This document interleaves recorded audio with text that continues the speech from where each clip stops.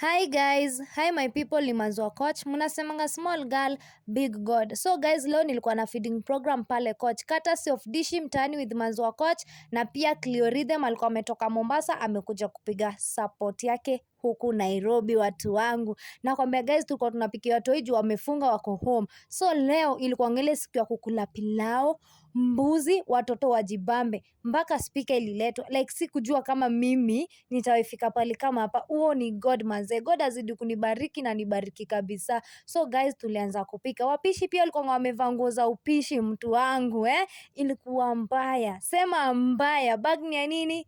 Alele mtoto. So guys, mbuzi ndio ilikuwa ishachinjwa, wanaume ndio walinichinjia. Wapishi wangu walikuwa standby. Baka walikuwa wamevaa mpaka costume. Mnaweza sema like Manzo Coach ndo mwenye event kweli. Like mtu anaanzanga akiwa unazaliwanga, unaanza ukitembea pole pole step by step. So mimi nimeanza kufeed mtaa kwanza, next nitakuwa na feed kila mahali. Valendo huyo alikuwa anajibamba guys. Wapishi wangu walikuwa cute mnasemanga cute. Wale wenye walikuwa wamemiss kulamba lamba ndo kulamba lamba. Kulamba lamba sema hi. Kulamba lamba alikuwa mimi nakuja tu kulamba lamba tu hizo chakula. But anyway, nani mwingine alikuwa Kido Mels ni my best friend, siwezi muacha.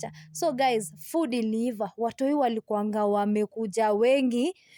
Mimi nilikuwa nashanga like hii chakula itatosha Mungu wangu. Watoto walikuwa wamekuja, watoto karibu 200. Jehova, like sikuamini kama ni mimi ndo nimefika hii kiwango. Najua Mungu ataniongeza kiwango ingine na ingine na ingine. So nikamwambia kulamba lamba aongee ndo tufanye nini? Ndo tuanze kuserve food. Kulamba lamba kabonga poa, tukaanza kuserve food. So guys, mwenye ana feel anaweza tu support, unaweza ni DM. Ukifeel kama ku DM pia ni ngumu kidogo, namba iko kwa bio, unaweza nipigia, unaweza ni text. Guys, tupige hii project hadi iende mbali.